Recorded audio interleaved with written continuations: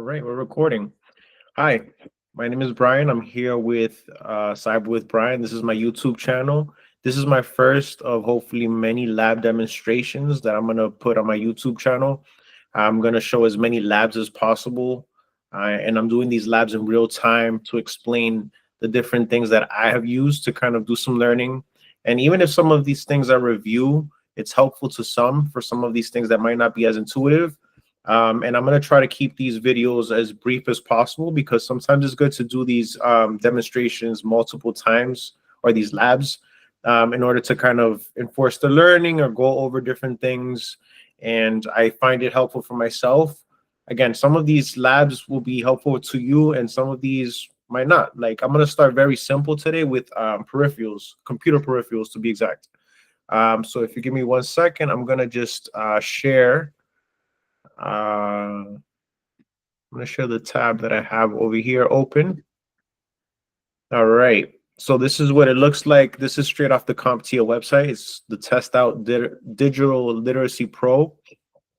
I'm going to go into the tab and just kind of explain real quick. These labs they give you a set of instructions. So you just follow the instructions, and throughout the video, I'll kind of explain some of the things that I'm doing. And I'll go over the instructions and kind of just show you what it looks like. And I'm gonna put the link for this in my description. So if you want to do it yourself and follow along, you can go ahead and do so. Otherwise, just watch it, and then I'm sure you could do this on your own. This one's fairly simple. It's just kind of setting up a desktop. Some people never had a desktop. I grew up with a desktop, and it might not be as intuitive to some. To kind of even just set up a desktop or even look at the back of a computer. We have access in what's called the workspace here in the middle to kind of, oops, actually you guys can't see that. How about now? There you go. All right, so here I am. So once you click that, it goes into this screen. So actually this is perfect timing. I'll start left to right since we're used to reading in that way. These are the test out labs. And on the left, we have the instructions, again, that are applied for the lab. We have, let me go here first. The workspace is what you're looking at, the things that you're currently doing in the lab. And then over here in the middle, we have the shelf. So there's different components here that we're going to need to use throughout the lab based on the instructions.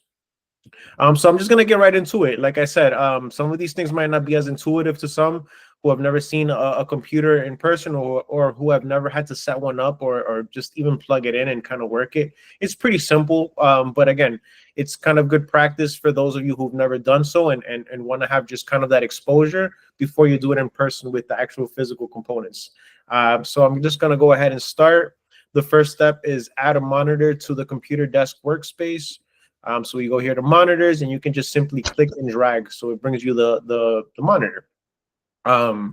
So then you also notice that there's front and back. So it's kind of cool that you can see like the back of the computer here.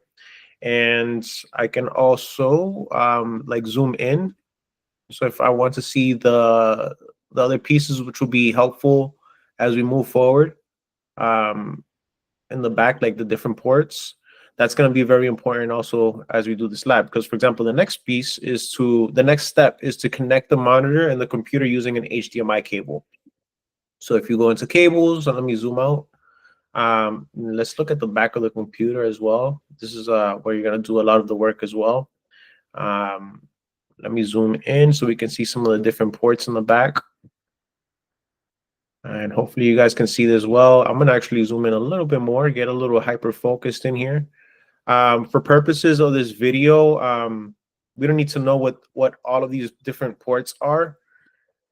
I think it's important, and most people know what a USB type A is, which is these. I think this is a 2.0, I believe. I might be wrong on that, but this is kind of like a newer version, but it still does the same job. And this is the HDMI cable because we're going to be using the HDMI cable. Sorry, this is the HDMI port. So we can connect it to the HDMI port and we just connect the piece like that.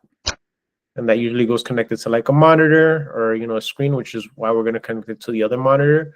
The other port that's used for monitors, they're right next to They're right next to the HDMI cable, and this one is called the DVI, um, which stands for Digital Visual Interface port, and then this is the display port. So that those are different ones that can also be connected to monitors sometimes as well. But this computer here uses HDMI. So I'm gonna connect the other end of the HDMI. I see it over here, so I'm just gonna connect it there. And then now it says over here to the right, the HDMI is now connected. So we connected both ends, right? Because we have to connect from the computer to the monitor. So now they have access to kind of, talk to each other. All right, so the next step is connect the monitor to the outlet with the power cord, and then press the power button to turn it on. So you can see over here, there's the power outlet right here in the middle. And actually this lab came with the computer desktop already connected to the power outlet. So now what they want us to do is connect the monitor to the outlet. So we have the AC power cable. We're gonna connect to back here.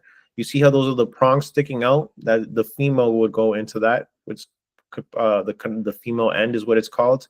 So that goes connected there, and then we're gonna connect the prongs into the socket, the outlet thing.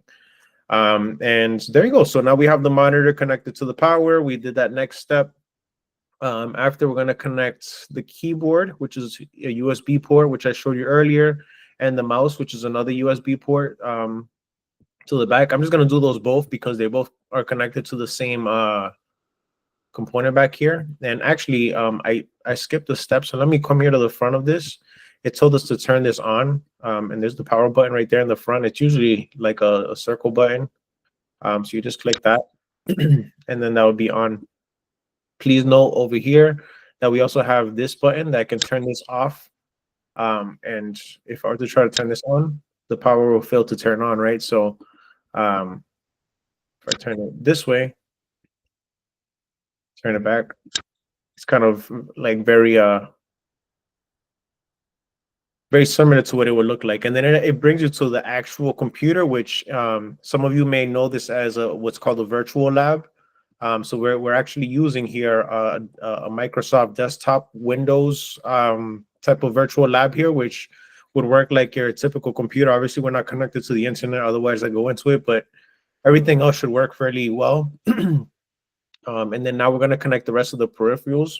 And for those of you guys who don't know what a peripheral is, it's just an input-output device on the computer. So that like pretty much everything that we've been connecting to the computer today is a peripheral. I probably should have started with that.